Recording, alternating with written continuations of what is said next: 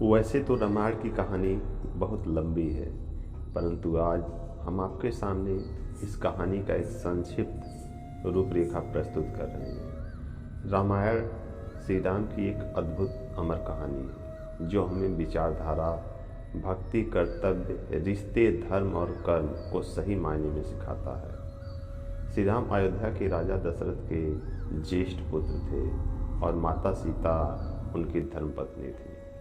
राम बहुत ही साहसी, बुद्धिमान और आज्ञाकारी और सीता बहुत ही सुंदर, उदार और पौड़ी आत्मा थी।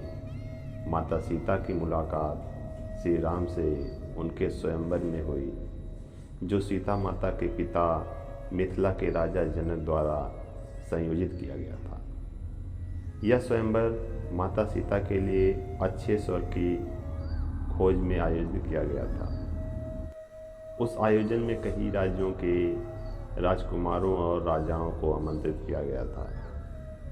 शर्त यह थी कि जो कोई भी शिव धनुष को उठाकर धनुष के तार को खींच सकेगा, उसी का विवाह सीता से होगा।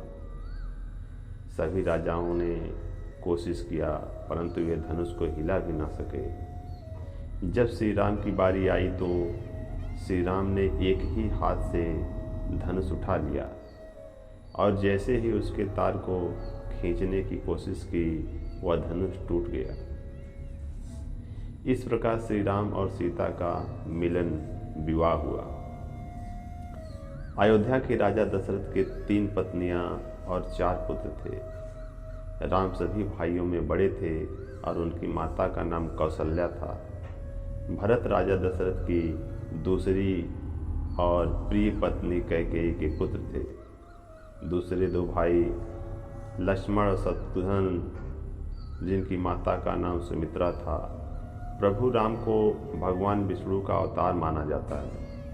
अयोध्या के राजा दशरथ की 3 रानियां थीं, किंतु किसी रानी से संतान की प्राप्ति नहीं हुई। तत्पश्चात राजा दशरथ ने पुत्र पाने की इच्छा अपने कुलगुरु महर्षि वशिष्ठ से बताई। महर्षि वशिष्ठ ने विचार कर ऋषि श्रृंग को आमंत्रित किया। ऋषि श्रृंग ने राजा दशरथ को पुत्र प्राप्ति के लिए यज्ञ करने का प्रावधान बताया। ऋषि श्रृंग के निर्देशानुसार राजा दशरथ ने यज्ञ करवाया। जब यह यज्ञ में पूर्णाहुति दी जा रही थी, उस समय अग्निकुंड से अग्निदेव मनुष्य के रूप में प्रकट हुए तथा अग्निदेव ने राजा दशरथ को खीर से भरा कटोरा प्रदान किया।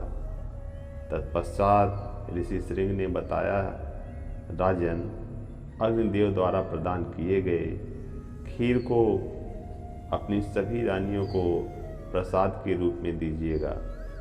राजा दशरथ ने वह खीर अपनी तीनों रानियों कौशल्या, कैकेयी एवं सुमित्रा में बांट दी। प्रसाद ग्रहण के पश्चात निश्चित अवधि में अर्थात चैत माह में शुक्ल पक्ष की नवमी को राजा दशरथ के घर में माता कौशल्या के गर्भ से राम जी का जन्म हुआ तथा कैकेयी के गर्भ से भरत एवं सुमित्रा के गर्भ से लक्ष्मण तथा शत्रुघ्न का जन्म हुआ।